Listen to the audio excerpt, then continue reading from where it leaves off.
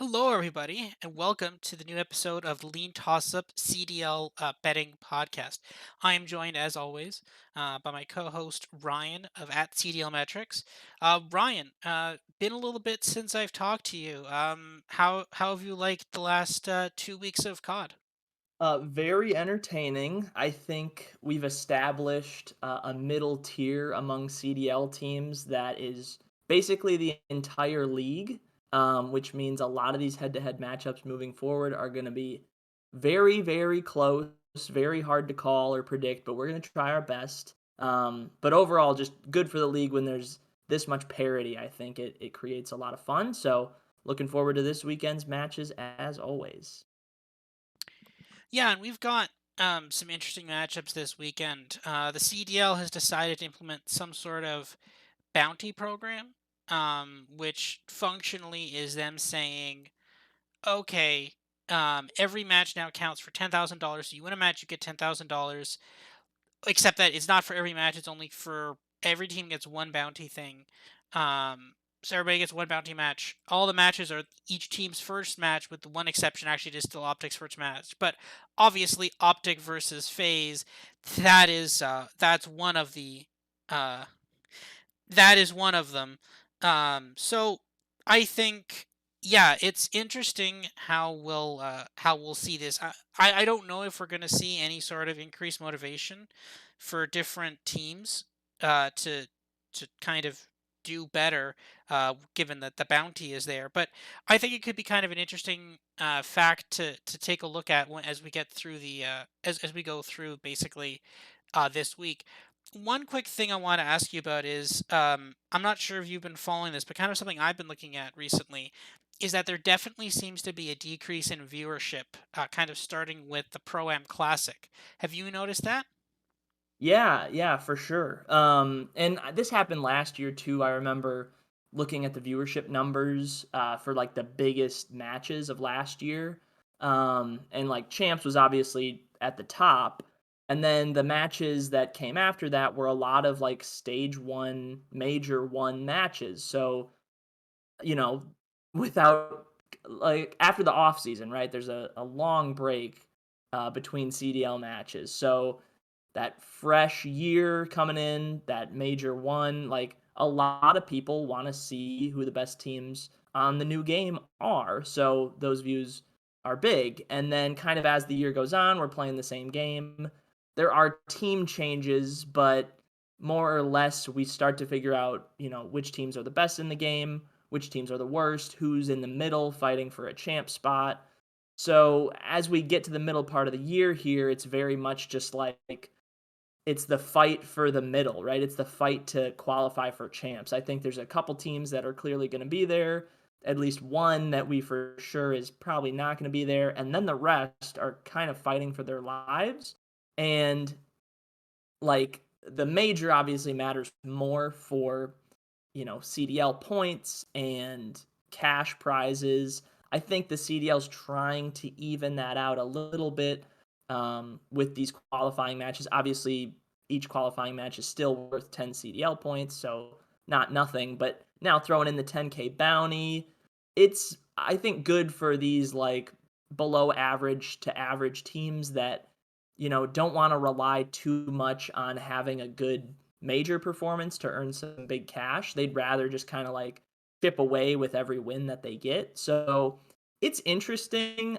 Like, I doubt we'll see this moving forward, but if the CDL is going to implement something like this where it's a cash prize for every win you get, even qualifier matches, then I think moving into next year, if they're going to do that, you just do it for every match because trying to like piece together a fair schedule for these bounty matches is tough, and this weekend we have great examples of that because every team has a bounty match.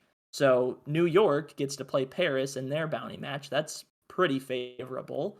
And then you get like, yeah, like Atlanta and Optic are going to play each other in a bounty, which it's like those are the two best teams in the league. One of them is not going to get 10K, whereas, the winner of Florida LAG will. And it's like, okay, whatever. Like, But if you put that on every game, the cash adds up, and even if you're a bad team, you're gonna win, a handful of matches every year. So it's interesting. I don't think it'll mean much for this weekend, but we'll see how the players like it. If they like it, I think maybe the CDL tries to implement something next year, but I expect this to just be a 1 week thing this year at least. Yeah, and I think to some degree, I mean, again, maybe this is a little bit of projecting on my behalf, but I really do feel like the problem with Vanguard is just the same maps. Honestly, like I feel like there's so little variety, and they really Activision, their Sledgehammer specifically, they really missed the opportunity to get us an extra map or competitive map or two in there. And I think if we had had London Docks or San Marie Dumont, maybe you might want maybe more people would come in. But like with the exception of Berlin and to a lesser extent Gavutu Hard, like outside of like Berlin, all three basically, Gavutu Hardpoint and I don't know, maybe a couple others, all the modes kind of suck. Like honestly, control is bad. It's pretty bad. Most of the hard points aren't great. Tuscan is a contest fest. Bocage is nuts. I just and it's the same maps over and over and over again, right? I mean, even when you like everything's only a four map pool, right? When you last year or the year before, when you had a five map pool, like you appreciably had something different, right? Like everyone, you'd be like, "Oh, cool, we have a Ramaza. You're, oh, that's cool. We have a Piccadilly this time. Okay, that's cool." But like now you don't have that. Now it's like, oh, this one has a Tuscan. This one has a Berlin. This one has Kavutu, right? Like I think there's a lot of it's a lot of repetition in the maps, and I think that might actually be hurting them a little bit, if I had to hazard a guess. But I could be wrong. I don't know, but I kind of think that that might be. I mean, obviously, there's other things too. Vanguard is just not particularly a great game, and I think that's definitely hurting Yeah, viewership as well. I think there's a yeah, lot of things hurting it, and it does kind of suck that that happened during the Pro Am Classic when they really kind of needed viewership. But I think viewership for the Pro Am Classic has been better than this last week too. So that kind of also proves the fact that like, hey, people are like this happened last year too. When people are like, we're just done showing up. We're done watching these things. Give us the majors, right? So yeah, it's kind of interesting. One thing I will say is that, um, and again, looking at the standings here, um, it's a very complex picture of exactly who will go where. So you look at obviously the top 12 teams. Now, obviously, to be fair, Ultras only played one game. They won it. It was against who did Ultra play? Ultra played Seattle. They won that one 3-2. They came back in game five to beat Seattle. Now, a couple of these teams are pretty much clinched already, like FaZe sitting at 190, Optic at 185, Ravens at 140. They've pretty much clinched. Um, Boston arguably has as well, because you're looking at Rocker at the eighth seed, but you start coming down, right? Gorillas 115, maybe they're probably okay, but they could be in a little bit of jeopardy if they stop if they don't keep winning some games. But then you come down to like Thieves at 80, Surge at 80, Rocker at 70, Florida at 70, Toronto at 70, and then Subliners, they're down at 50. They're still not they're still 20 points, basically 30 points clear of a champ spot. And then Paris obviously at 20, they will probably not make champs, but you theoretically can't eliminate them. You could before, but like sometimes you just can't eliminate these teams because of the way the bracket all works and stuff. But it's weird, right? Because and again, this is the one nice thing I love about Call of Duty is the fact that a team can be bad, and then they can make a couple team changes, and then they can be an amazing team. And I think this Subliners team is part of that, and even this Rocker team to a lesser extent. They're much better teams than they were before, but because of the way the schedule is set up, and because of the way basically the points work, they might not get their chance to prove themselves at champs, right? Which would be a travesty, right? If the Subliners team misses out on champs just because they decide they sucked for the first half of the year, then they turned it on in the second half. That would be very unfortunate. So, and again, this is kind of more of a formatting thing with them, and this is Activision trying to quote unquote make the regular season have meaning. And honestly, I kind of disagree with it. But I'll throw it out to you. Are you concerned about worthy quote unquote teams missing out on champs, or do you think that pretty much every team that should make champs will make champs, or do you think that everybody should just go to champs and then brawl it out? What do you think? yeah. This year, I wouldn't mind a 12-team champs, just with kind of how the league as a whole is just structured in terms of there's a lot of parity, like I talked about earlier. Like I think the race for the 8 seed, or whatever that ends up being, is gonna be a lot more entertaining this year than it was last year. Last year, I wanna say LA Thieves were the 8th seed. It was, like, them in Florida that barely made it into champs as the 7 and 8 seed. They started in the lower bracket and then got bounced immediately anyway. But I'm pretty sure the gap between Thieves and the next team was somewhat sizable. So even as that major five or stage five, major five was nearing an end, we kind of knew like, okay, if Thieves and Mutineers do okay, they'll maintain their spots and stay in. And that's what happened. This year, like, at least right now, the CDL points are very clustered at the bottom. Um, like, yeah, between the 11th seed New York, they have 50 points, and then the 6th seed LA Thieves have 80. That's a gap of 30 points between five spots. So I think right now you have two teams that are going to be in Atlanta and Optic, like, no doubt they're in. Then you have, I think, three teams that should be in, but it would be a pretty big surprise if they fell. That would be London, Boston, LAG. Different seasons so far for each of those teams. London, pretty hot start and then kind of a steady drop off, but still a good team, no doubt. They haven't had like a really rough stretch lately, but kind of have faded. Boston Breach have been pretty steady as she goes the whole year. They've knocked off some nice teams. They haven't really gotten into a rut. They've just been consistent. And then LAG, kind of the opposite of the Ravens, like a slow start, and then go nuclear in Major 2, win that, get extra bonus points for winning. So that's catapulted them up. I think it would be tough for them to slide out of the picture, but they're not playing well lately, and if that run continues, then maybe they get in jeopardy a little bit. Then after that, yeah, like I said, Thieves, Surge, Rocker, Mutineers, Ultra, Subliners, all within 30 points of each other. If all these teams keep going win loss, for the most part, we're going to get to, Major 4, and there's going to be maybe 3 spots up for grabs with 5 teams that could get them. So, and that's not even talking about Paris, right? If Paris pulls off a miracle and looks like a good team or makes a nice addition and they start competing, then you could have another team in there. So I'm I'm not super excited right now, like in terms of the excitement I've had all year for the CDL. I think right now is the time I've been least excited, just because we're kind of in the middle of the year. It feels like we're setting up the playoff run. We're not quite there yet, though. Um, so once Major 3 is over, I think we'll have a very clear idea of like, okay, here are the storylines about who needs to get into champs, who needs to hold their spot, whatever. But right now we're just kind of teeing that up. So we got to play these matches. We got to get the CDL points distributed some way. We got to get to Major 3, obviously. So um, yeah, and then like you said, Vanguard, just not a great game, and people stop playing it after some time. It's been out for over 6 months now. And yeah, popularity for the game just fades with time. So unless they turn Vanguard into Black Ops 2 overnight, like I don't think the game's going to get super popular or increase viewership for the CDL dramatically. So we'll see if COD maybe changes things next year in terms of trying to hold the viewership up throughout the entirety of the year. But I think it's just hard for any league not named like the NFL. So, um, but nonetheless, I'm still excited. We still got games to talk about this weekend, and it's going to be a doozy trying to figure them out.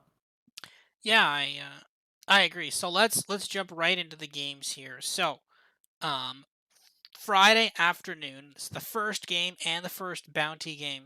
We have the Boston Breach versus London Royal Ravens. Boston minus 1.5 plus 130. Ravens plus 1.5 minus 170. Boston minus 165 on the money line. Royal Ravens plus 125. Over 3.5 minus 325. Under 3.5 plus 230. This is again on Bodog. Um, Boston struggling a little bit here. They made it out of groups at the Pro Am Classic, immediately lost to Thieves. That being said, even at the Pro Am, they beat LAG, who was the Major 2 champs. Thumbs up. Lost to a Challengers team. Thumbs down. Um, but they then immediately lost to Thieves, who at the time didn't look particularly good. Looked a little bit better um, when the Thieves beat who they beat early this week. I can't remember who they beat earlier this week. Um, but yeah, maybe it was like Florida or something. I can't remember. But they looked Thieves looked a little bit better, so that their loss to Thieves looked better. But then obviously then Thieves lost to Minnesota, so that looks kind of bad. And Boston kind of lost in a bad one to New York. So the books have basically Boston as a somewhat narrow favorite here. I actually have London as a somewhat narrow favorite here. Maybe that's a little too bullish on London. They did beat Paris in a game 5, and then I think um London beat London someone. actually lost to LA Thieves. That was the game you were talking about Yes, that's right. earlier. Yeah, London lost to LA Thieves, which again my model kind of thinks Thieves aren't bad, and then they also beat Paris, and my model also thinks aren't bad. But I think this is my model's kind of more staking ground against Boston at this point by making London as the favorite. And to be honest, at a plus 125, that's not bad. I mean, for somehow Gizmo has disappeared. Well, he's not disappeared. He's playing in challengers, but he's disappeared from the roster. No explanation or reasoning as to why he's no longer on the Ravens themselves. The replacement Harry obviously was a Toronto Ultra EU player. He's subbing in now. I kind of think this team just gets progressively better as they go in. We're starting to see that, right? Like they were not great at the Pro Am. They didn't make it to groups of the Pro Am. Now they got crushed by Thieves 3-1, but then they beat Paris in 5. Maybe this Ravens team could be seeing a little bit of a resurgence here. They could be starting to make a little bit of a comeback here. What are your thoughts on this? And then if you see some other spreads, like for example, Ravens plus 15.5 in the hard point. Um, yeah, it's not really great value. Well, maybe minus 110 on the control isn't bad. Boston is one of the worst control teams.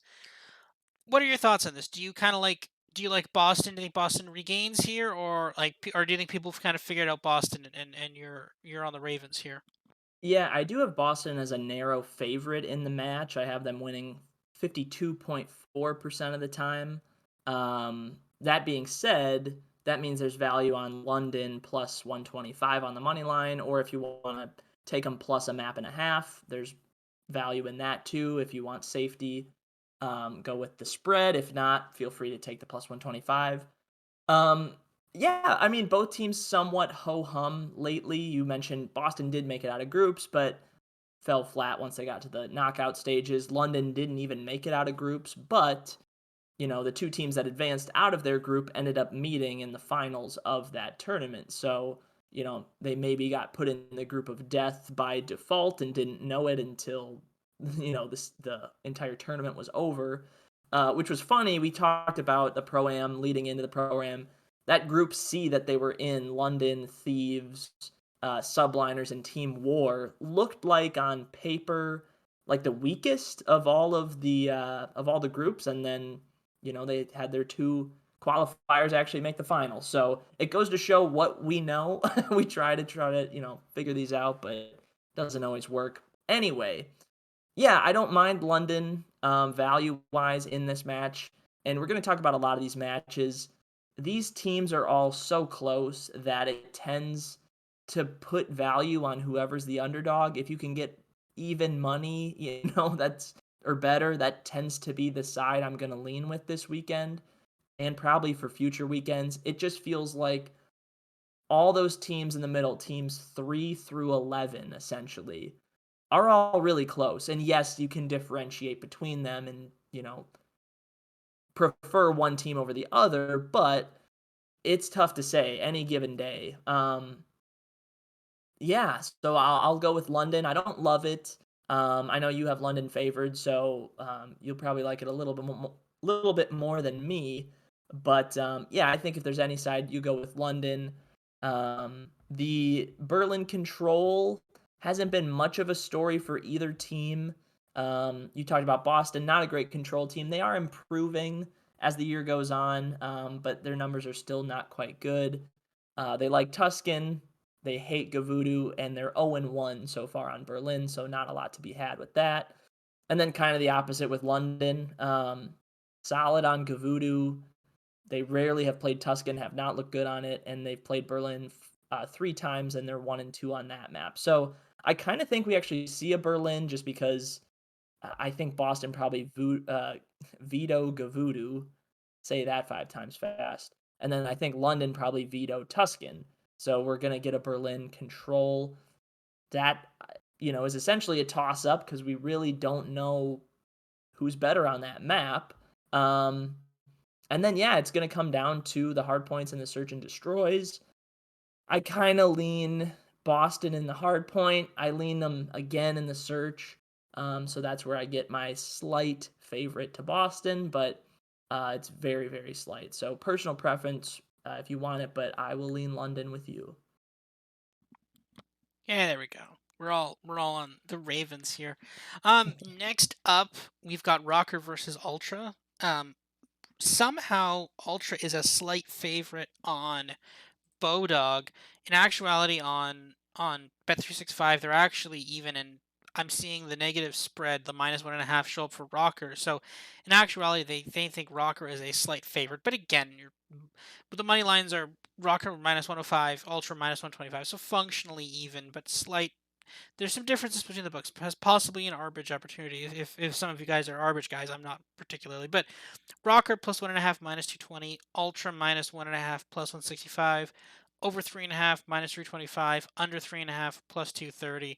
Really heavy juice there to not a sweep. Um, I've got this 3-2. I've got this going to a game 5. I'm sure there's probably an over 3. There's probably an over 4.5. Let's see what's the over 4.5 in this. Um, no, there is not an over 4.5. Apparently, they are only going to give us the 3.5, at least on that book. What's over 4.5? Over 4.5 on Bet365 is +162. So I kind of think this goes to 5. I think, Ultra is minus. Ultra is a 10.5 point favorite in hardpoint. That seems wrong. I mean, I don't know what you guys are watching, but I saw Minnesota destroy Thieves and LAG in hardpoint this weekend. Um, I might go bet that right now. Let's hear. I mean, I've got Minnesota as basically like a 51% favorite. So again, nothing too crazy here. This is still a relatively even game, but I've definitely got Rocker more favorites, a bigger favorite in the hard points. What's your thoughts on this? Are you with me on Minnesota being slightly better than Ultra, or do you think we saw Minnesota as like a flash in the pan, and maybe this week they'll cool off a little bit? What do you think?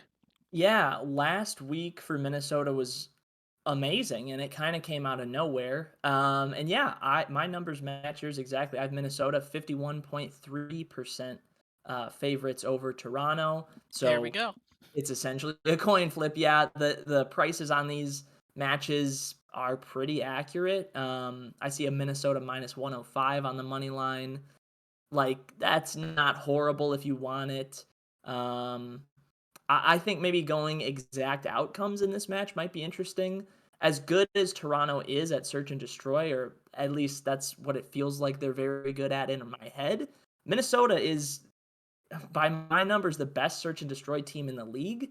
Now, last week they did come out and get some series wins pretty quickly, but I'm not a huge believer in that. I mean, it's impressive, but we'll see how they play from here on out.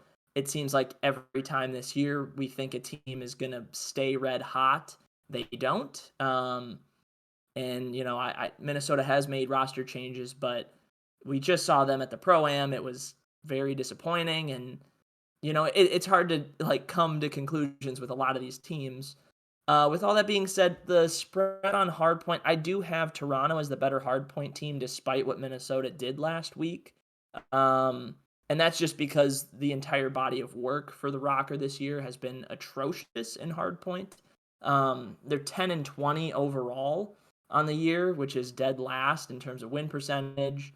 They're only above 500 on Gavudu. They're 4-3 on that map. On the other 3 maps, they're a combined 6-17, so that's cool. And yeah, search and destroy is their game. They're 15-8 in that game mode.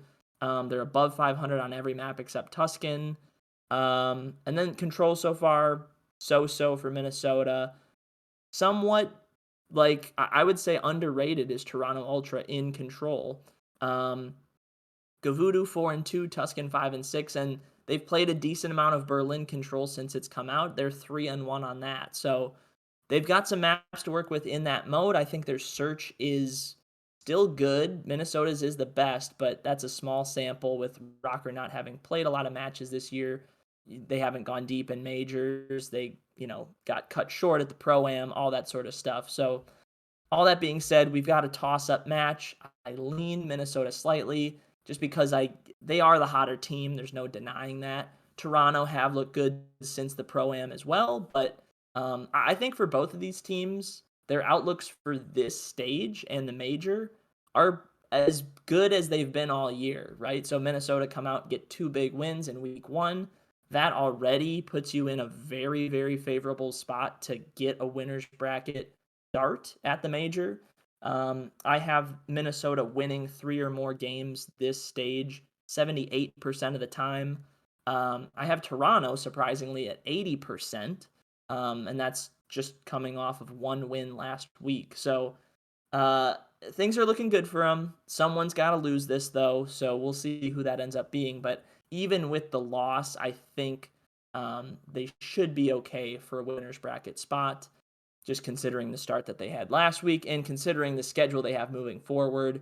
I know we talked about it maybe a month or two ago with host teams getting favorable schedules in the major. That is the case for Toronto. They have it pretty easy. Uh, yeah, going forward, they play Minnesota. They play just a sec. I don't believe they play Optic or FaZe. They played Seattle last week. They get Minnesota. They get New York, who is a hotter team, but still, nothing crazy. Then they get Paris next week. Then they get London next week. So, things are looking nice for Toronto. The Minnesota schedule isn't super difficult either. They do have Atlanta, but outside of that, it's not too bad. So, um, both teams should be in winners bracket, have a chance to make a run at Major 3. Uh, but yeah, this match is tough to call, but I'll take Minnesota just slightly. Yeah, I think it's interesting, and it's Minnesota. Like the reconstruction of this roster has been kind of fascinating because we had kind of correctly diagnosed the problem I was about to say accuracy. No, it's the other Minnesota AR from last year, Major Maniac. Um, we talked about him and how they need to move on from him, and I think kind of along with you that they would replace Major Maniac with a different AR, but it turns out now that I kind of think Priesta and Attach are kind of shifting AR duties, and they brought in Havoc, who's an SMG player, and it appears to be working pretty well. I'd say, at least at this point, this team does look really good. So, and this is kind of the point, right? So, it's again kind of another trend that we were kind of ahead on the curve on using those advanced stats. And I mean, we're not necessarily trying to gloat, but I think that's something we could talk about um, how kind of our advanced stats pinpointed kind of Major Maniac. Priest also maybe should have also been a target, but he seems to be doing better now with this team, obviously. But also accuracy, who's also being listed as a potential casualty there in Seattle. Again, nothing yet, but I suspect that I mean, it's possible that saving Paris might have beating Paris by Seattle might have saved them for another week. But if they lose to Thieves, and then also I think they're playing. No, they're only playing one game this week. So if they lose to Thieves, I could potentially see if it's bad, if it's like 3-0 bad, I think we could maybe see some team changes. What do you think about that? Do you think that um, yeah, do you think this was the right team change for Minnesota or not? What do you think? Yeah, well, we were talking a little bit about Priesta being the primary first guy to go. They went with Major Maniac, and I guess yeah, it was less to do about numbers and more to do with role and flexibility within the roster, right? Because if you keep Major Maniac, you're still committing him to the main AR. You're committing attached to a primary flex but AR position. And then you're kind of sliding in Priesta and Standy as the SMGs by default. So it gives you less flexibility between maps and with the roster as a whole. If you say we're taking Major out, keeping Priesta in, and then putting in Havoc, now you've got like a very solid base of flex players, really. Like Havoc could play the AR if he wanted to. Um, he obviously more comfortable on the SMG. You keep attach on an AR for sure. You let Priesta work with that. He likes it. So that added flexibility, there is value to that. So far so good for Minnesota.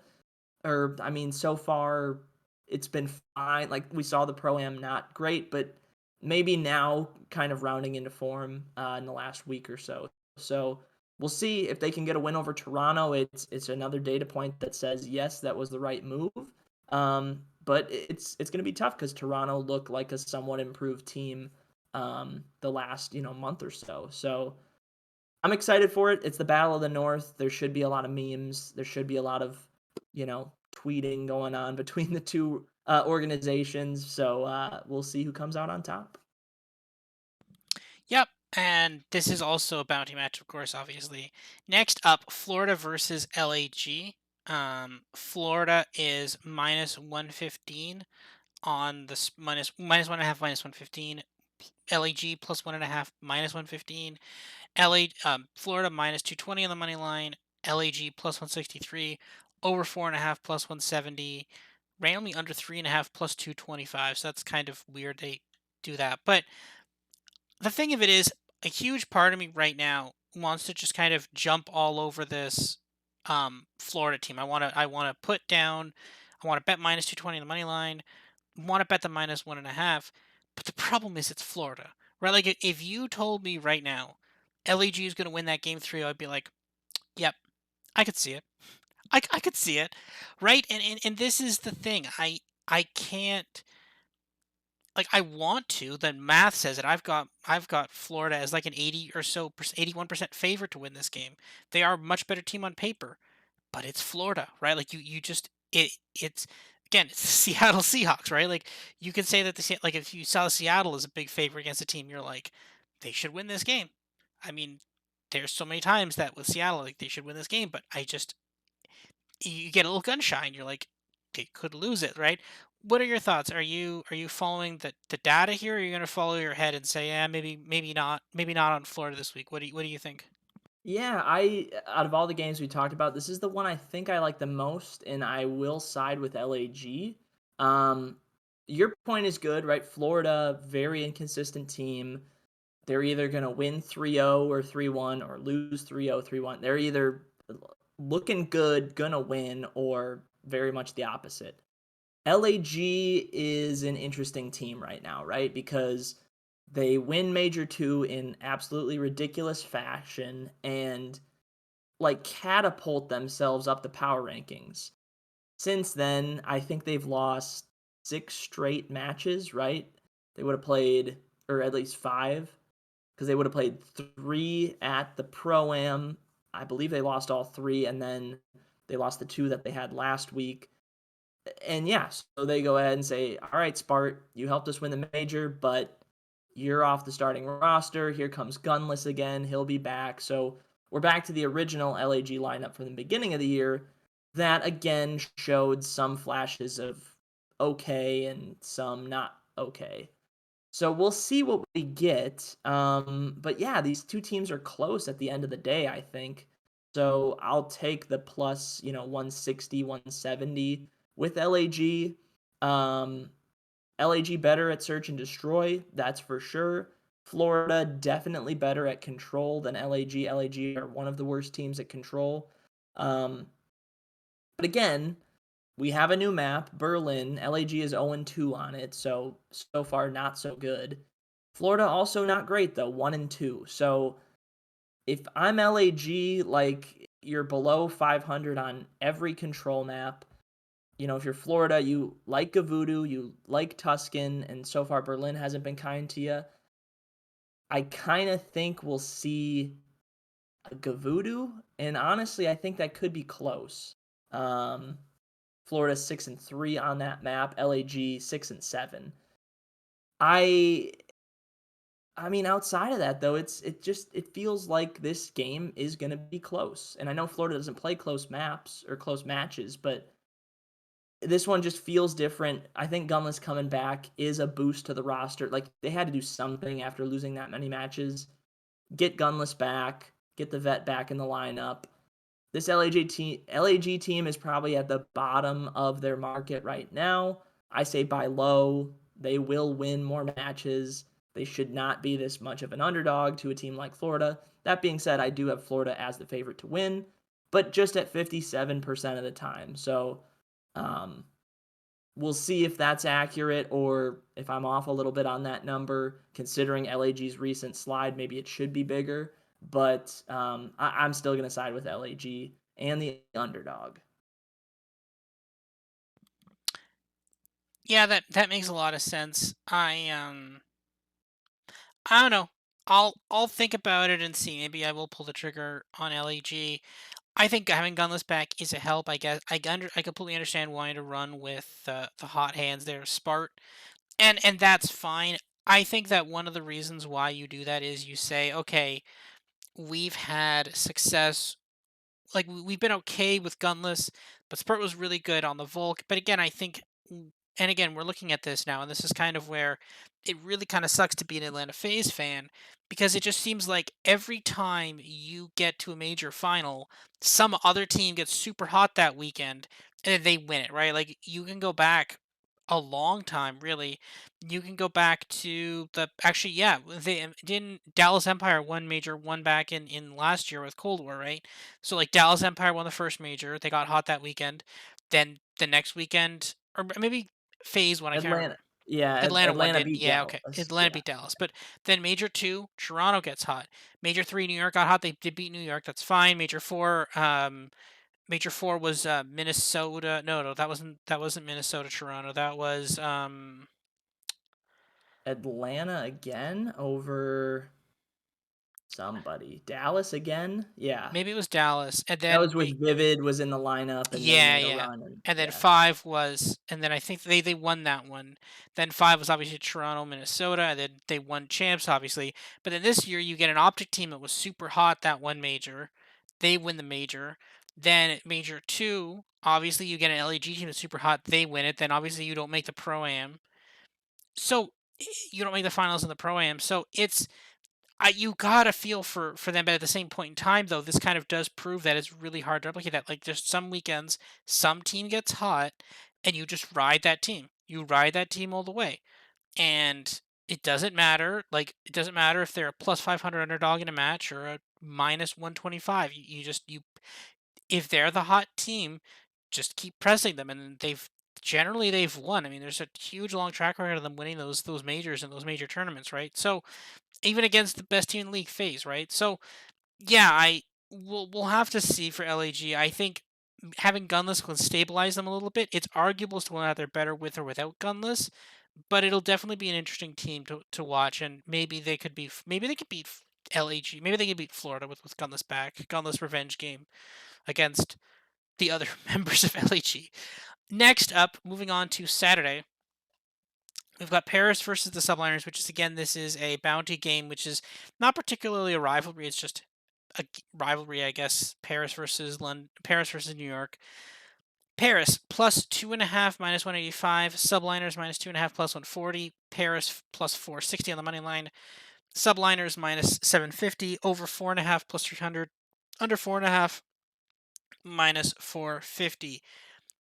I don't love this. I think looking at this line, I think map one, Paris plus 45.5 is a pretty nice number. That's a big number. Again, Paris doesn't even have to come close to winning this game to beat Subliners. Subliners randomly like to play Bocage. This could, if it's a Bocage, you're laughing at 45.5. Um, I don't know. The thing of it is, if you told me that Paris won a map or took this to a game 5, I would not be surprised at all. If you told me Subliners 3 0 this, I would not be surprised at all. Kismet's been pretty good, but somewhat inconsistent at times, a little bit. He's not been a completely dominant player. They don't need one. But I'm still not completely on the subliners train, which I guess that's not really a pun intended. I think they are, a subliner is technically a train, I believe. But no, I'm uh, I'm a little ambivalent on this subliners team. I don't know if they're like they seem to have a clear ceiling, right? They lost to Phase. I think if they played Optic again, they'd probably actually no, they didn't play Optic. Thieves knocked out Optic, but I'm fairly sure if Optic played them with new with Pro Loot now, they probably lose to Optic. Um, yeah, I'm probably gonna go subliners in here, but I think this might be a stay away. I might just bet some individual map spreads. What's your thoughts here for this game? I don't mind Paris, and I'm gonna sound like a broken record just taking underdogs left and right, but I'm gonna stick with the theory of I think a lot of these teams are close. Now, I did also say Paris is in a tier of their own at the bottom of the league. But yeah, I don't the we didn't get a chance to talk about it last week. But New York obviously win the Pro Am a couple weeks ago. They go 6-0 that weekend, but it very much reminded me of what LAG did at Major 2, which was they also rattled off 6 straight wins, and none of them felt super convincing except for, in LAG's case, the final against FaZe. That was like, okay, what just happened? New York, every match, like they had some good matches in there where they won pretty convincingly, but a lot of those matches and a lot of those maps were decided on very small margins. And great for New York. They definitely boosted their outlook with the roster change. They win the Pro Am, they get the cash prize. I still worry a lot about this team just not making champs. And I think it has to do with they're an improved team, but they're in the middle still. Like I'm not buying that they're like a top 3 or top 4 team really. Like they're in the middle. If they have a strong end of the year, they should make champs, but it is not an easy path, at least for this stage. You do get Paris this week. You got to win that. If you don't, you're going to be in losers bracket just looking at the rest of their schedule. And like, I don't know. I kind of don't think like I think Paris has a realistic shot to win this match. Now, I say that, and it was a very not great week for Paris. They were 0-2 on the week. Looked like they had some fight, but ultimately could not get a series win. This one they could get. I mean, it's tough ever taking Paris, ever backing Paris in any game. I think this is one they might be able to get. I don't love it, but if you're gonna make me pick a side, I'll take Paris. Um, but it's tough, right? Because this Paris team is like just flat sometimes, and if they're flat, they have no chance of beating anyone. It seems. Um, but yeah, I don't know. I'm not fully buying into the New York team either. It's more so a fade of New York as it is a buy on Paris. But I think it's a bit of both maybe because we talked about Paris, good pro am, right? Like surprisingly good. They get through on that tiebreaker with Toronto North America Academy, and then fall flat in the round of 8. But New York come through and just go crazy. Last week they go 1-1 on the week. I would say that's expected for a team that's in the middle. So that being said, I still have New York as a 69% favorite to win this game, but that gives Paris a 31% shot to take it as well. So I think we might get a surprisingly close match. I don't mind Paris plus, a map and a half, wherever you can get that. You mentioned the hard point spreads. I think that's a good way to go about it as well. But yeah, the searches should be close. If Paris can, steal a hard point, or maybe take a control, like that's got to be the path, and then probably taking both searches. So that's what I'll say about this. I'm not super thrilled about it because it's a match that includes Paris, but I think they might make some noise nonetheless.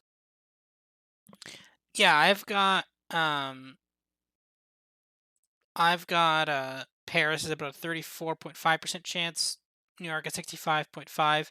So I got the fair price at about plus 216. Money line is plus 475. So there is value on Paris. I don't know if I have the stomach for a That's the pay. thing. Like, It's tough. I mean, here's the thing. Oh, actually, just moved to plus 460. Like, plus 1.5 is plus 230. I don't have the stomach to see Paris just completely dissolve in a game five. And here's the thing: you bet the plus 1.5, you don't have to care about game five at all. You're like, cool, have fun, good luck, have fun.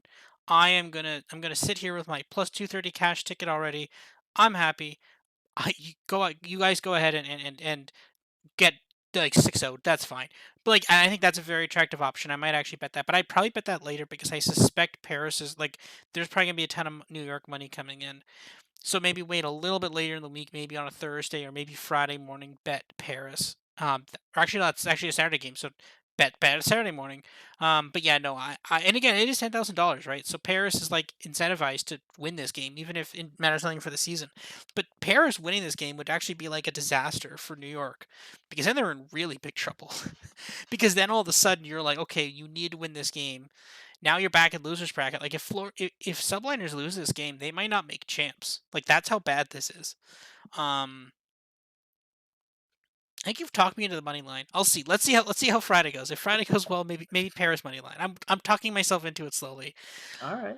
Next up, Los Angeles Thieves versus Seattle Surge. Thieves minus 1.5 plus 125. Surge plus 1.5 minus 165. Thieves minus 155 on the money line. Surge plus 120. Over 3.5 minus 350. Under 3.5 plus 250. I actually really like Thieves in this game. Like honestly, I love Thieves. I think Thieves should roll here. Give me the money line. Give me the minus 1.5. Maybe even a hard point spread here, give or take. What's the spread? 24.5. That's not actually bad at all. That's a 250 to 225 win. That's not bad at all.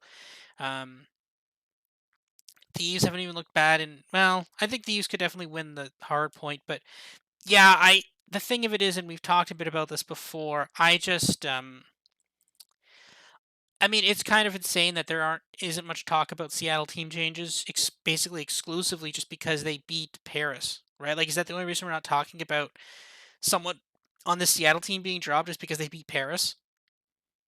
Like, and again, it was Probably. close Like, to a yeah. five. Like Paris was close to forcing a game five too. Seattle had to hold P1 for like 30 or 40 seconds to basically win 3-1. That could have been a game five, and then God knows what Paris would do in game five. You would either get 6-0 or 6-0 Seattle. So who knows?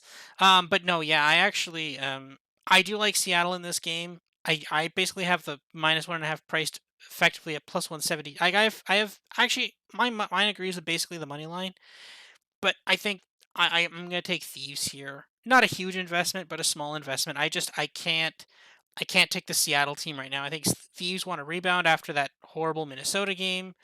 And I'm not getting enough value on Surge. I'm only getting plus 120. That's not enough for me to bet in on this Surge team. What are your thoughts on it? Yeah, this is in my model as close to a coin flip match as you can get. I have Seattle favored actually 50.2%. So, take that with a grain of salt, but so I like the Seattle value a little bit. I don't love it because I do think Thieves are more so on an upward trajectory, but we just saw what they did versus Minnesota. That was not pretty. You back up, a day or two before that, that was the beatdown of the Ravens. So a tough team to figure out. Seattle has just kind of been steady as of late. I think the early part of the season was very up and down, but they've kind of mellowed out to a perfectly average team. And I think Thieves find themselves there as well, except they've been a little more volatile throughout the year. Um, so yeah, it all depends on like what kind of teams do we see, right? Like I think what Thieves team do we see to like that day? Uh, if it's good, they might come out in 3-0. If not, they might get 0-3'd. And you could say that about basically any match, but um, I think it pertains to Thieves particularly well. Yeah, Thieves clear hard point supremacy in this match, but I think Seattle has a slight edge in search, and then control is going to be close. And I think the addition of Berlin at least in this match, does make the underdog a little more enticing for me, right? So just talking Gavudu and Tuscan control, Thieves 7-3 on Gavudu, 2-8 on Tuscan. Very clearly prefer Gavudu. You go to Seattle, those same two maps, 1-6 on Gavudu, 5-4 on Tuscan. Very clearly prefer Tuscan. So, like, essentially, the winner of this match, if Berlin control was not an option, would be whoever wins the coin flip. So, thank God we have Berlin control now to, I think, put like an end to this coin flip madness. Anyway, Berlin control, good for Thieves, 3-1 so far. Seattle, not bad, 2-2. Like, it's, I think, going to be Berlin, and maybe you give a slight edge to Thieves just based on the record, but with that few games being played, it's close to 50-50 for me on that too. So if Seattle gets it done, I see it done in a 3-2 fashion. If Thieves get it done, I think it's 3-1 probably. But I'll lean slightly to Seattle. The plus 120 is okay. I think I would take that of anything.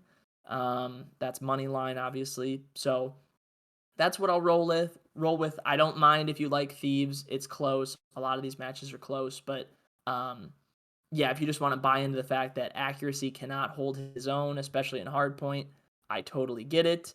Seattle as a whole in hardpoint is just kind of depressing. Like, they're not awful at it, but they are not above 500 on any of the four maps. Bocage is their best. They're 5-5 on that. It's the one map Thieves really don't like to play. They've only played Bocage 7 times, whereas every other map they've played at least 11 times. So I really think it's not a great map matchup maybe for Seattle, but the fact that we get Berlin control, I think maybe evens the playing field a little bit. So I'll roll with Seattle ever so slightly. Again, I like a lot of the underdogs. If there's a plus next to it, that's great. So I'll go Seattle. I don't mind Thieves though. Yeah, that's fair. I think maybe I'm a little bullish on Thieves, but I don't know. I do kind of like the -1.5, and maybe pick on some hard point spreads there. I mean, -25 is definitely was very easily within reach. It's very easy to win a hard point by, especially against the Especially when Seattle it's team. not Bocage. Yeah. Yeah, and Thieves hate Bocage, right? I don't think they've barely ever played Bocage, right? So you can very easily, and that's the other thing too, right? Like sometimes when you're betting on, and again, usually Bet365 actually has player props for kills. An amazing lock usually is Ravens under kills, or whoever Ravens are playing under kills, because they always ban Bocage. So you can actually usually hit that pretty easily. Even if it's like mid 50s, like you can hit like nasty under 55s and stuff. It's actually pretty cool. Um, Next up, we've got Rocker versus Florida. Rocker's actually favorites in this game, -1.5 plus 165. Florida +1.5 -220. Rocker -165 on the money line. Florida +125 on the money line. Over 3.5 -360. Under 3.5 +255. I actually do like Minnesota in this game. I've got Minnesota about a 70% favorite, so slightly above where the books are putting the money line. But at the same time, again, it's Florida, right? And it's also Minnesota. Minnesota's been inconsistent at times too. Like I could see Minnesota coming out and like 3-0ing or 3-1ing Florida, or I could literally just see Florida or I could see Florida winning 3-0. Like I could see Florida is such an unpredictable team, but I think you have to bet Minnesota money line. I think you should probably bet Minnesota -1.5. I think the thing is, it's interesting, right? Because if Minnesota Toronto is very close, then I think that basically Florida's, and if Florida does beat LAG, then I think this price will go up. And like basically Florida will make this game about even, and you'll have another opportunity to buy in at Minnesota. So I've left this one alone for now, but I think that this will eventually be a buying opportunity on Minnesota. Um, what do you think? Do you agree with me on that, or do you think you want to bet on some variability? Yeah. We're gonna keep playing the game of who's the underdog, and in this game, it's Florida. So I like Florida. I do have Florida favored too by a not insignificant margin. I have Florida at 56% to win the match. Big differences in terms of what these teams are good at. I already talked about Rocker, best search and destroy team in the game according to my numbers. Florida, I think, pretty clear favorites in hardpoint and control. But again, Minnesota looking good as of last week's matches, so maybe they ride that hot streak into this week. They do have a match versus Toronto earlier in the week, and Florida does play LAG on that same day. So both these teams have games on Friday. It could shift the odds quite a bit if one of them wins and one of them loses. Um, I don't know if I'm going to play that game. I might just take Florida right now, and just buy that Minnesota's not going to continue with like.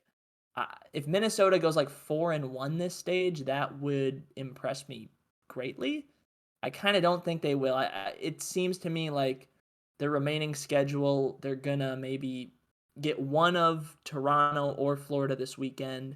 Um, and then who do they get the last weekend? Minnesota plays FaZe. That's right. So that's probably an L. So I think we're looking at a 1-2 finish for Rocker.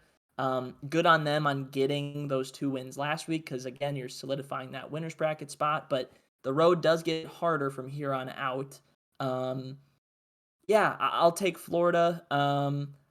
What you mentioned with Minnesota, if you like Minnesota, that's okay. I don't know if I could take the -1.5. Again, they're so dependent on search and destroy that a lot of their match wins go the distance. Um, so you might be kicking yourself if they do get it done in map 5. Whereas Florida, I think the price on them -1.5 might make a little more sense just because they, at least in my model, are pretty clear favorites in games 1, 3, and 4. Um, that being said, right, Berlin Control throws a little bit of a monkey wrench into this. Minnesota so far 1-1 on that map. Florida 1-2. So maybe give a slight edge to Minnesota if that's the control that gets played. I kind of think Florida might just start vetoing it. They're 6-3 on Gavudu, 5-3 on Tuscan. Minnesota 4-3 on Gavudu, 3-6 on Tuscan. So prefer Gavudu, but pretty underwhelming otherwise. Yeah, slightly into Florida. If their search and destroy is on point that day, or at least better than what we've seen, I think they could take out Rocker in 3, actually. I just think search and destroy is that game mode that can swing pretty easily day to day. And we've seen like glimpses of just Florida being really good at search, but those have been kind of few and far between. They're obviously very inconsistent. But if it's clicking that day, Florida could get it done pretty quickly. I like Florida. I don't hate Minnesota. I would worry if you're going to take the -1.5. Yeah, I mean, I kind of like to sprinkle it on. Minnesota's actually looked pretty good in hardpoint. I think in this stage they're now no, they're 2-0 in hardpoint technically, but they've looked pretty good in controls as well. So, um, would not be concerned to put something on Minnesota winning 1 or 2 hard points in a match. So, um, last game on Saturday, Breach versus FaZe. We've got Boston +2.5 -220, FaZe -2.5 +165, Boston +375 on the money line, FaZe -600, Boston over 4.5 +265, under 4.5 -385. I like FaZe a lot in this. The model also likes FaZe a lot. I got FaZe about an 80% favorite, about a -400. A little overpriced, but again, you're not really gonna do much there. For some reason, this FaZe team just has this Boston Breaches number, and I suspect it deals with. I suspect that has to deal with individual maps that they play. I suspect it's that FaZe is just better at the maps that they play. But it's just like it just seems every time we're like, oh, this Boston team is pretty good right now, and then they just immediately get like 3-0'd by FaZe or 3-1 by FaZe. I don't know if I love the -2.5. Maybe sprinkle a little bit on that, but like you can bet in here on some of this stuff. You can bet -41.5, which is a large hardpoint spread, but some of these hardpoints have been brutal with FaZe just beating down on Breach. Um, Same kind of thing for with well, I mean, you can maybe take Boston +1.5 and -150 for the search. Um, but like, yeah, I don't want to lay -1.5 in a control at -130. That seems a bit excessive. But -39.5 game four is also pretty cool too. So, but I do really like the -41.5 game one, and maybe put a little bit on the -2.5, and maybe you can have phase -1.5 in a parlay somewhere. I think that makes some sense. Are you giving any hope to breach here or not? I am. I have Breach at a 27% chance to win, so Atlanta at a 73% chance, so about yeah, 7% different from where you are. So I think there might be a little bit of value on Boston. If you're ballsy, go for the money line. I see it plus, yeah, 360 right now. Or you can play real safe. Plus 2.5 is minus 220. Or you can do something in between or map spreads, whatever you want. Um, this is going to be an interesting series. And again, a lot of it comes down to control, right? Boston have been improving at that mode throughout the year. And Atlanta, I talked about it a lot, and it's a lot of why they haven't won a tournament yet, is when it was that two control map meta, they were so good at Tuscan and not at Gavudu. They've brought their Gavudu record up to 7-7 now. Still not great, but serviceable. They were one of the worst Gavudu control teams in the league. Now they're league average. Still the best Tuscan team, and they're 2-0 on Berlin so far this year. So control for Atlanta looking very good lately. And Atlanta's hard point is scary. Like it's they auto veto Berlin just about every time. The rest of the maps, 7-1 on Bocage, 12-4 on Gavudu, 10-5 on Tuscan. That seemingly is the map you want to challenge them on is Tuscan. Um, and Boston, I mean, their hard point is good. Outside of Gavudu, though, it's a lot of so-so. Berlin is 4-5, but you're probably not even going to play that with Atlanta vetoing. They're 5-5 on Bocage, and you do not want to play phase on Bocage ever. And then Tuscan, although it's Atlanta's maybe weakest of those remaining three maps, Boston's only 3-5 on that. So if you're Boston, you got to square up on Gavudu. You got to win that. And then I think you got to take both search and destroys, which is possible. Boston is a very good search and destroy team. I do think Atlanta is struggling this year in that mode. Like, we're used to Atlanta being a top two, top three search and destroy team. This year it's different, man. Like, I don't know what it is, but they're 18-18 on the year, so dead on even. Their map pool is very even throughout. Boston 18-13, very good at Berlin. Everything else is pretty middling, so maybe it's a easy veto for Atlanta. But I don't know. Boston has a path to win this game. It's got to be through a Gavudu hardpoint and a couple search and destroys, or maybe they look better on Berlin control. They only played it once, they did not win. So if Atlanta's maybe willing to play that, you go on that map. But it's there for Boston. They have not gotten over the Atlanta phase hump yet, but this could be the match where it happens. That being said, man, it's tough always, right? When you go against phase, they're just so dominant. Um, but yeah, I gotta side with the underdog here, even though it is a difference between tiers with these teams. Atlanta in the top tier, Boston in that giant middle tier. Um, but I'll still go with Breach, which surprises me just because I've been off of them for most of the year so far.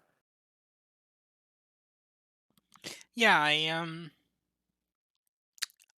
that is a little interesting that you're going with breach there. I would have thought you're going with phase, like me, but um, yeah, I guess I could kind of see the argument, but I don't know. I just my model is reading that this breach team may have peaked a little bit, might be coming down, which brings me to an actually interesting number here too. So if you look at Call of Duty, if you go into different match, if you go on different markets, if you go to on Bet365 at least, I think it's in other books too, sparingly though. If you go to Rookie of the Year bet, so Bet365 gives me a CDL Rookie of the Year bet. The favorite right now is Capsiddle at plus 100, then Sib at plus 250, Nero at plus 350, Pred at plus 800, Dave Patty plus 1,000, Nasty 20 to 1, Gravity was like 500 to 1, and then Jimbo again 500 to 1. I um I kind of think there's opportunity here. I just don't know where. I kind of feel like Capsule and Nero are basically the same. So I think if like before Gizmo was the basically the favorite, but that's not true anymore. Maybe Sib. I mean, is was Prolude a rookie or not? I can't remember if Prolude is officially a rookie or did he play before in Modern Warfare. I can't remember. Um, I think he might have a little bit, but I think he might be a rookie. I'm trying to think who he would have played for in MW. Would it have been New York? Or no, he was on New York Sir. Academy last year, I'm pretty sure, but I don't think he ever made the New York team. Otherwise, in MW, I don't know if he made a pro team. So the thing is, again, this doesn't always update, and that was basically his first weekend playing. So I don't know if they'd even put him up yet. They don't have Sport here, right? And that's not just because he got basically put back to the bench. They never had Spart, and Spart was definitely a rookie, right? So it's it's interesting. I don't know what the right call. Like if you give me a line on Prolute, I'll bet Prolute. But like I'm not particularly taken with Capsule and Nero. I'm not particularly taken with Sib or Pred. Dave Patty, maybe. Nasty, maybe if they come on a bit of a run again. The fact that there's only a couple of names here, it kind of makes me feel like they only have that they've basically locked up like that. Basically, the CDL has told the sports books these are the only people who are eligible. So I kind of feel like that's the issue, right? So Yeah, is I it? don't mind Cap. I know I've been talking about underdogs all day. Cap at even money isn't bad. Um, It's high though. he it is, yeah, compared to everybody else, it is. But I think Rookie of the Year is very likely to come on a team that makes champs. And out of all those players in that list, like Boston is not a lock to make champs, but it would be extremely surprising if they didn't. I think the Seattle guys are interesting, but you do run the risk that they might not make champs. And I think like Pred and Sib are very, very close. I tend to disagree that Cap and Nero are that close. I do think Cap is a pretty significantly better player. Not that he's amazing, but Nero has some bad maps here and there that costs him. And just remembering back to like the very beginning of the year, Capsidal was like one of the main storylines. Like this Boston team, right? Fresh team, new branding. They come out and their success is largely based on Capsidal going crazy. And then kind of as the year has gone on, it's been more methods, but Cap's been right there. So I know it's even money. I know it's the favorite, but I don't hate it. Maybe we'll see as we get there. I still not sold. Generally, these are extremely momentum based. For example, I had Mac Jones to be Rookie of the Year last year for the NFL. Rip those tickets when Jamar Chase had like a 400 or what was it was like a 200-yard receiving game, and Mac Jones lost to the Dolphins, and then they're like, see, he's the Rookie of the Year. I'm like, that's not how this works, but I mean, he won. So, um, and again, same thing as Tom Brady, right? I also had Tom Brady at like 6 to 1, and then Tom Brady lost to the Saints, and then they're like, cool, let's just give it to Aaron Rodgers. I'm like, that's not how this works either, but apparently it was. So it's so momentum based that I still don't love it. Like I'd have to bet on like a big underdog, and then maybe you get it from there. But it's I feel like betting on races like that, you have to constantly hedge. But, anyways, moving on to Sunday now. Paris versus LAG. Paris plus 1.5 minus 145. LAG minus 1.5 plus 110. Paris plus 154. LAG minus 200 on the money line. Over 4.5 plus 165. Under 4.5 minus 220. Um, I actually accidentally closed down my projections here. Let me just call that up super quick. Um, my instinct here is generally stay away from this game. I actually have Paris as a slight favorite in this game, but again, you were saying that LAG over Florida. I don't necessarily agree with that. I don't think. But like again, if we're saying that Paris has a chance against the Subliners, then they definitely have a chance against LAG, right? So I've got this basically even. I've got this 52 to 48 in favor of Paris. So if you're getting plus 154 and you're getting plus 145 on the plus 1.5, I think the play there is clearly Paris. Plus 18.5 hard point spread. That's Paris is pretty good in map one, so that's not bad to bet that at all. Um, what are your thoughts on this? Are you on Paris, or do you think this LAG team will start meeting some expectations here soon? Um, yeah, this is tough because I did say I liked both teams in their earlier match.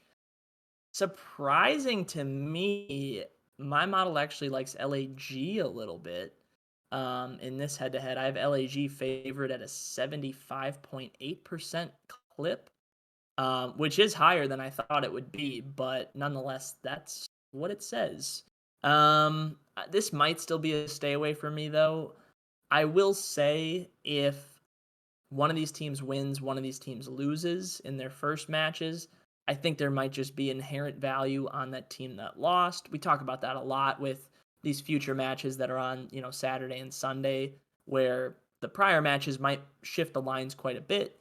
I don't think this is going to be a heavily bet on game, but nonetheless, if that win and loss happens between these teams, the odds could shift a decent amount. So for me, it's a stay away right now. It likely will stay as a stay away, but um, I like if Paris come out, beat New York, LAG come out, look flat with Gunless in the lineup against Florida.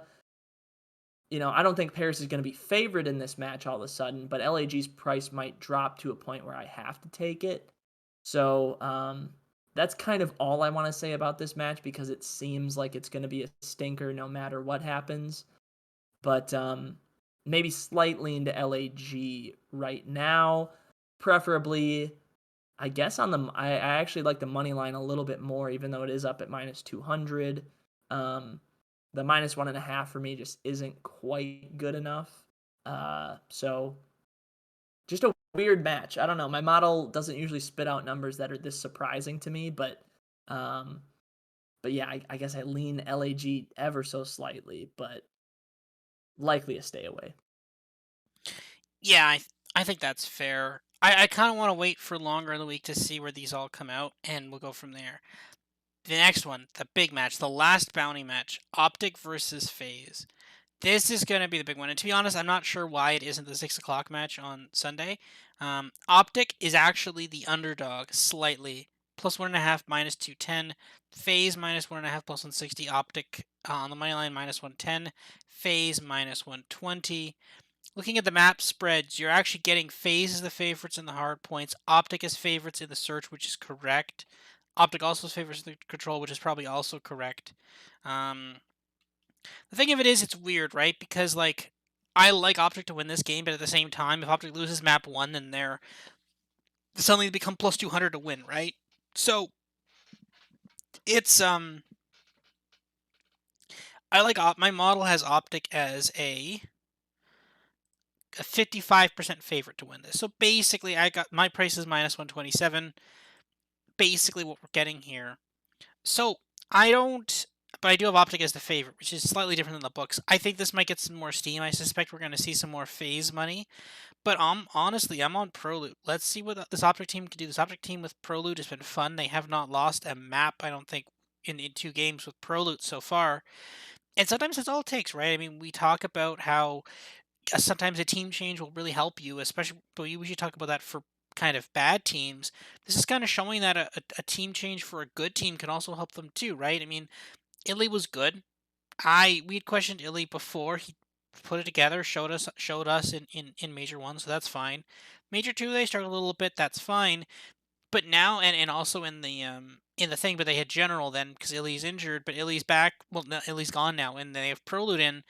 And I actually really do like Prolute. They've been doing pretty well with Prolute. I don't know if it's necessarily Prolute himself or just the people around Prolute, but I'm pretty happy with the results so far. So give me Optic here and give me some of these spreads. Give me Optic plus 16.5, map 1. Give me minus 1.5, map 2. And that's at plus 15. Um, maybe stay away from the control. FaZe seems to have gotten their control mojo back. They did beat when they played. FaZe crushed them in the control. Um, but yeah, I really do like Optic here. Give me Optic. What are your thoughts here? Yeah, I mentioned a match earlier. I think it was Seattle LAT that was 50.2% versus a 49.8%. And I said that was as close to a coin flip as you can get. Actually, this match is because I have Optic at a 50.1% chance to win, Atlanta at a 49.9%. So yeah, it's gonna be a doozy. I think we all know that. I wish I had a stronger lean one way or the other, but I don't. And I kind of feel like I need to for a game this big. But like, I mean, you mentioned it, right? Like Optic with Pro Loot, it looks exciting, man. Like they could be better than what they were at Major One, which is like crazy to think about because they were so dominant at that point in the season. Atlanta, on the other hand, their control is improving. I think Berlin helps a lot. We mentioned Gavudu's getting better. They're still good at Tuscan. They're already the best hardpoint team in the game by quite a margin. With this coaching staff and this roster, can they improve their search and destroy throughout the rest of the year? I think they can. You add all that up, and it's like it seems like Atlanta's maybe on a trajectory to start winning more search and destroys, start winning more controls. And if they can hold their dominance in hardpoint, they should be the best team in the game. But I don't know, man. It's tough. It's the young blood on Optic versus the seemingly always improving, already amazing Atlanta FaZe team. So we'll see. I think my only play on this is if the odds shift heavily one way or the other. Um, do either of these teams play earlier in the week? Yeah, FaZe plays Breach. Does Optic play somebody? No, I don't think they do. No. So we'll see. I kind of like I said, Breach to maybe make some noise in that match versus FaZe. So if that's the case, maybe the FaZe price goes down, and Optic becomes a heavier favorite. But we'll see. I mean, obviously Atlanta should beat Breach. They're the heavy favorites in that match. So that's more likely to happen. Maybe that skews people the other way. It's tough, man. I wish I had a stronger lean. Um, you said you lean Optic. I guess gun to my head, I'll also take Optic. Um, either money line at minus 110 or plus 1.5 at minus 210, I think are fair, depending on how risky you want to go with it. But map spreads might be the way to go and just play it map to map, depending on who has the map advantage for that particular map. So yeah, it's going Or to be a even doozy. as I'm excited. yeah, or even as I mentioned live, right? Just bet it live. Like if Yeah, whoever wins yeah. map 1, bet the underdog, bet the plus 1.5. I think this could definitely go to 5 too. So, um, definitely some options there in game. Last but not least, and this is interesting. So it's weird that you kind of thought that Paris was going to be a good matchup against New York. I didn't think so. Turns out I have Ultra as a much better matchup for New York. So the line here in the books: Subliners minus 1.5 is even. Ultra plus 1.5 minus 130.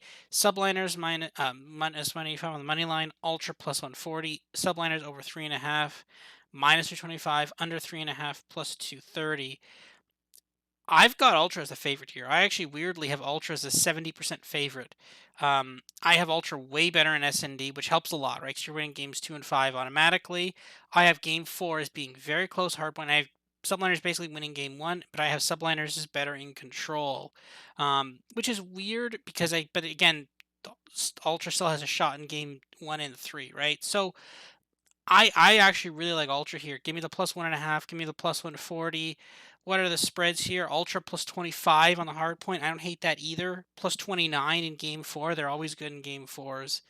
Um, yeah, give me Ultra here. Maybe even the minus 1.5 in the search and destroy.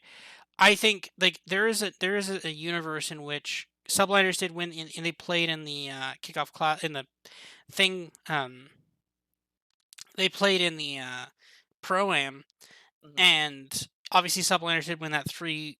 They won that 3-1.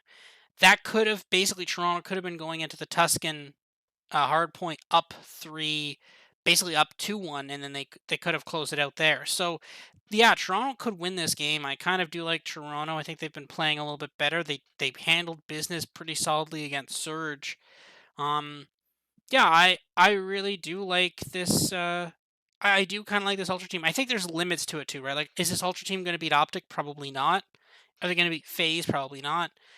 But can they beat the Subliners team? Yeah, I think they definitely can. What's your thoughts on it? Do you have the same kind of thing here, or are you on are you on the Subliners here? Yeah, no, I'm with you step by step, like step for step in that. I really do like Toronto, and I think this weekend the storyline for what I like is just kind of fading New York. They obviously are getting a lot of hype with the new roster, winning the pro am, all that good stuff. Last week they go 1-1. I think for the most part, like people held that vision of New York as a very very good team despite the 1-1 record last week. And I think I don't know, Toronto to some people are still this team that's like, oh, they did okay at the pro am. They were the only Toronto Ultra organization to make the knockout stage. They didn't do much when they got there. Um, but then they, get a win last week and we're thinking like, okay, maybe they're back now. Yeah, I again, it's two teams in the middle, and one team is plus 140 on the money line, minus 130 just to get to map five. Like, it makes some sense, though. I think I do prefer money line on Toronto though, just because I do have New York as the better hardpoint team, so more likely that they win in four maps if they do win, and Toronto more likely to win in five if they make it there. So I kind of like Toronto to get it done in map five, maybe through two search and destroys in the control. I'm curious to see if New York decide to play a Berlin control. Again, they have not yet, so far through 8 matches, played Berlin control. Toronto's played it 4 times. They've looked solid. They're 3-1. I yeah, I think it's a big misprice just based on what New York did at that pro am. And again, I'll talk about it. Just yeah, they went 6-0 and won the event, but a lot of those matches were very very close. And I think New York, like, it's not crazy to think they start looking more like LAG this week. Just the volatility with this game with these teams is very very high this year. And yeah, the plus money is just too enticing. So I am with you totally on Toronto. I'll love it even more if New York take out Paris and Minnesota knock out Toronto.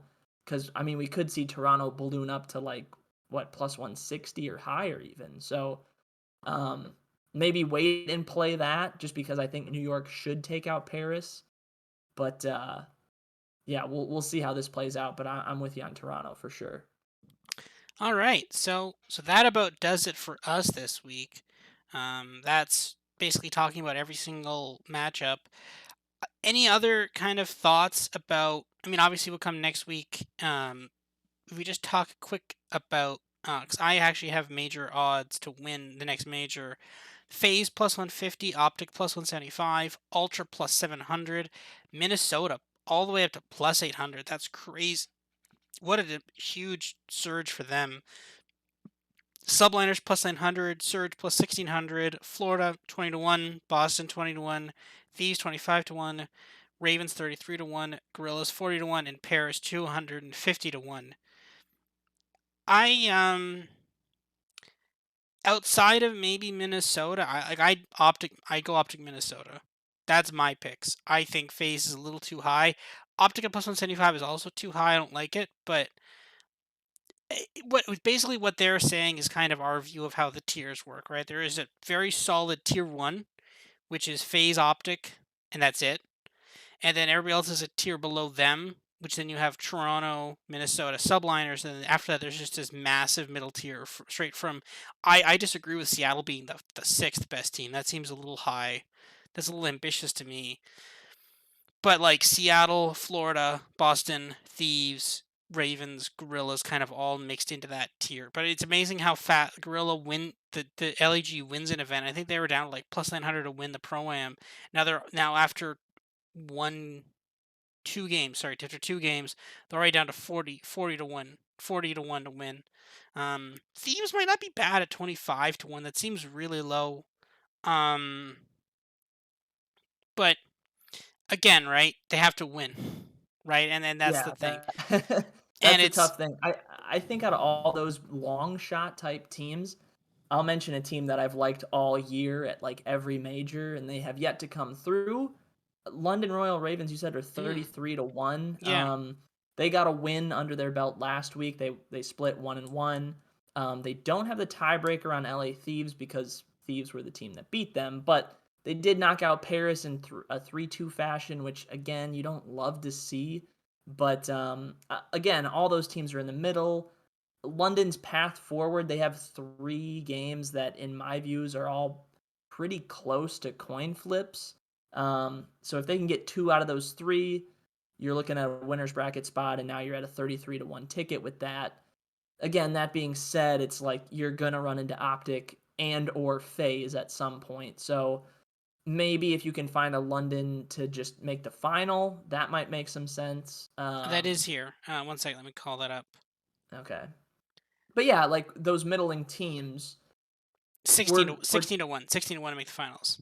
yeah, that's a lot more manageable, I think. And yeah, we're looking for those middling teams that make a winner's bracket that can hopefully avoid those top tier teams for a round or two if possible.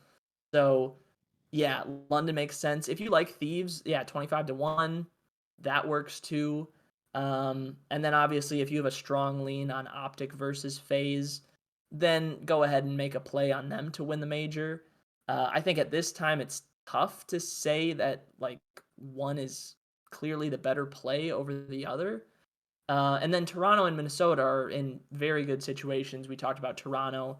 They have 1 win under their belt, and their schedule is very nice. Minnesota already have 2 wins, and their schedule isn't horrible. So very likely to make it. At 8-1, I was hoping Minnesota might be maybe closer to 12 or 15-1, but that might be already a little too steep for me. But it is looking good that they'll make winners bracket. I just think it makes more sense to try to find another team that's, double the odds. That's, maybe not as much of a lock as Minnesota is. So Yeah, Toronto and Minnesota, like I'd love to bet them, but at 7 to 1 and 8 to 1, that's way too steep. Like I'd want those at least in the tens. Like at least yeah, 10, 12, 15 to 1, which they honestly should be. Now again, it could be that like again, if FaZe beats Optic, then all of a sudden FaZe to win the major is like minus 150 or so, then that just kind of gets dispersed, right? So then you kind of have to push Ultra and Minnesota back. And if subliners lose to Ultra and or Paris, they get well, that doesn't really get diffused. That actually gets you'd actually want them to win. So, but like it's complicated, right? So it's weird to me that it's so clustered at the top. But again, this is what I hope we get next year. Is assuming that the format stays the same. I want season long win totals, and uh I want stage win totals. I want like Toronto over 3.5 wins in this stage. I want that for next year. Let's do that.